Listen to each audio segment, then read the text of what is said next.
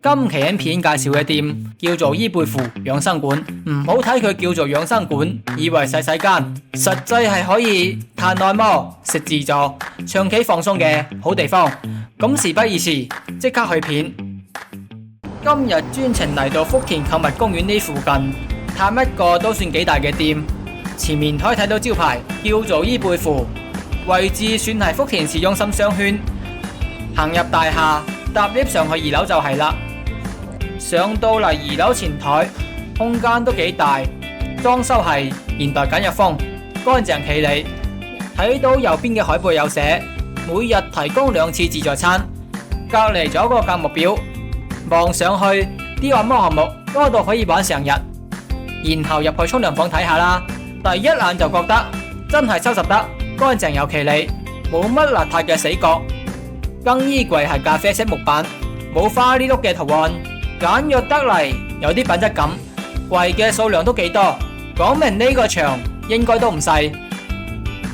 沖涼房出嚟係水吧，有好多生果可以選啦，應有盡有，新鮮度睇落都想食多2啖，可以自己揀，或者叫工作人員幫手切，唔使話自己喐手。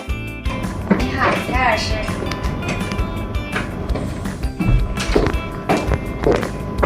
跟住拍個彩衣項目，師傅入到嚟坐低就好有秩序，攞出各種彩衣工具，擺放得整整齊齊，睇上去好專業。雖然暫時唔知道手法點樣樣，但係睇到咁多工具都算係加分。我個人特別中意羽毛輕掃嘅感覺，酥酥麻麻，零舍舒服。不過都要提醒下各位師兄，彩衣呢就唔好太過頻繁，1個月1次2次乜都夠啦。太密嘅話反而會傷到耳道。咁講起呢個彩衣師傅，可能有啲師兄都認得佢，之前都有幾個 YouTuber 拍過佢啦，知名度都幾高下。咁肯定有師兄會呻啦，點解嚟嚟去去都拍你一個呢？係咪呢間鋪冇第二個啦？可唔可以拍下其他嘅師傅睇一睇？哎呀屌！咁其實我都想，不過好多師傅呢唔多想出鏡，呢啲嘢呢就勉強唔到，人哋唔中意，咁我都冇計啦。啱啱喺走廊見到其他師傅經過，望落都算後生，有興趣嘅師兄可以親自過嚟實地考察睇睇。最後做完彩衣項目，師傅會將啲工具清潔消毒，呢一點值得抵讚。差唔多都到自助餐時間，伊貝芙呢度嘅晚餐係從傍晚6點鐘開始，夜晚10點半仲有宵夜提供。我夾咗啲叉燒同埋燒肉，咁講真，質素方面比起多數會所嘅自助餐要好好多，佢嘅湯都幾好飲。整體都係廣東口味，類似港式茶餐廳嘅出品，而且補貨都快，唔使驚話遲咗冇得食。食飽之後過去房區睇睇，呢度有中泰房、嗌救房、推油房，選擇好多。最驚喜嘅係推油房旁邊仲有獨立衛生間，裝修得好靚，比起好多會所仲要好，乾淨又闊落，唔使同人哋爭廁所。你好，我是3個1。然後叫部長安排個師傅試試。我看下手牌吧。你是多少號來着？是3個1呀。啊，是，剛剛忘記了。上幾點到幾點呢？上午3點到晚上12點。那是不是中班係吧？這邊收費多少？收費630。這麼貴？我比較少來福田這邊，一般都是去羅湖。不過羅湖可能也要500多吧，那邊550左右。對，差不多。不過這邊環境還挺好，這邊空間很大也。剛吃完了自助餐還行，比較廣東口味吧，我覺得不會太過重口味，比較清淡一些，還好。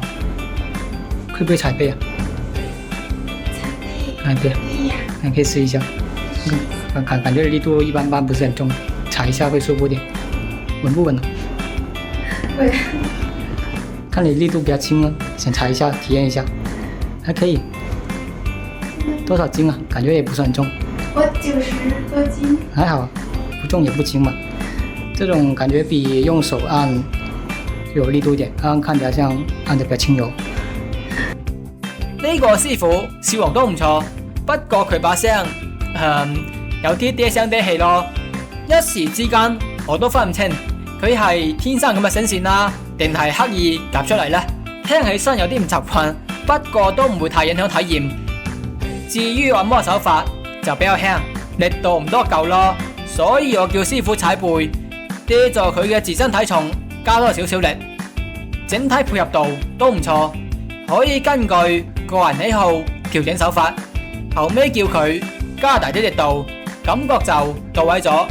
不過講真嗰句，呢度嘅價格對比羅湖嘅場相對要貴，但睇環境就知道值唔值。房間裝修、空間大細都比羅湖絕大多數場要好，而且呢度係福田市中心，啲鋪租鬼死咁貴，所以價格貴一啲都可以理解。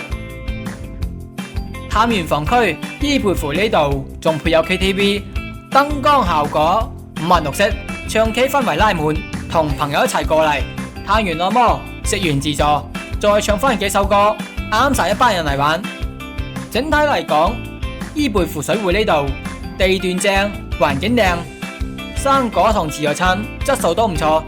雖然價格比羅湖相對貴，但勝在配套齊全，適合想喺福田市中心舒舒服服 hea 個半日。如果各位師兄喺福田附近想搵個地方放鬆下，可以過嚟伊貝湖呢度試一試。